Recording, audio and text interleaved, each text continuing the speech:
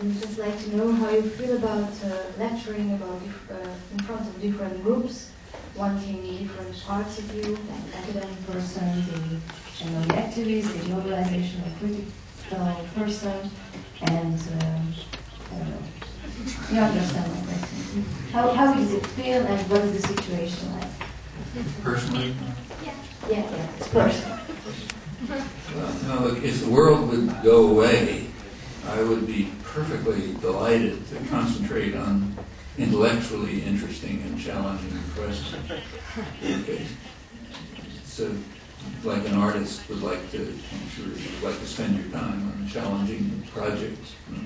And every human being would like to do that. We all have our creative impulses and so on. You'd like to work on them. But the world's not going to go away.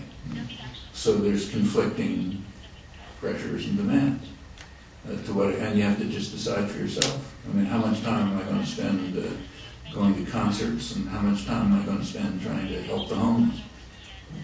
There can't be an answer to that. You know? No human being is so saintly that they dedicate themselves totally to helping other people. You couldn't survive you couldn't even survive that way. Nor would it be a healthy life for an activist or anyone else. So you figure out how you're going to live your life. Well, okay, you figure out some kind of balance. As far as the talks are concerned, they're overwhelmingly political. I mean, I come to places and give technical talks, but only if it's part of something else. And those talks are mostly, almost all, a response to local organizations. I mean, some local organization, as I mentioned in the United States, but in fact in most of the world, people are just very disconnected from one another. They're separated by all sorts of mechanisms.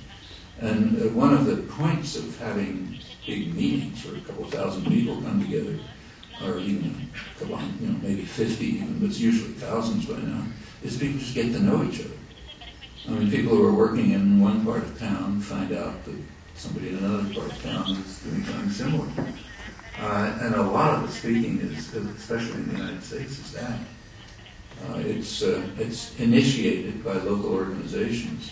I mean, often for fundraising or something like that, but often just to try to bring people in and try to bring people together and get them to, energize them to work with each other. So if a talk is well organized, a large component of it is organization. So people aren't just supposed to come and listen to a talk and go home. They're supposed to be offered something to do and say, well, here's what we're working on. Why don't you join us and do this? And many different things. In fact, those are the ways that good talks are organized, serious ones. And I try to do those as much as possible. Again, I don't know an answer. And it's going to be a different answer for every person. And it should be. I mean, after all, we're all different people with different interests and concerns.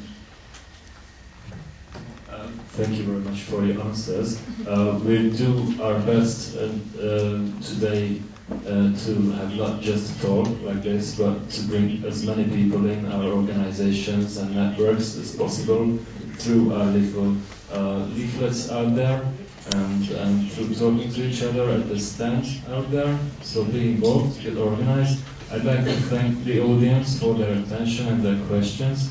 I'd like to thank our guests in the panel for their warming up questions, and I'd like to especially thank Mr. Chomsky for being here answering our questions, and I'd like to ask Tracy Wheatley, one of our organizers, to present a little gift to Mr. Chomsky. It's a t-shirt, a logo, an awesome one.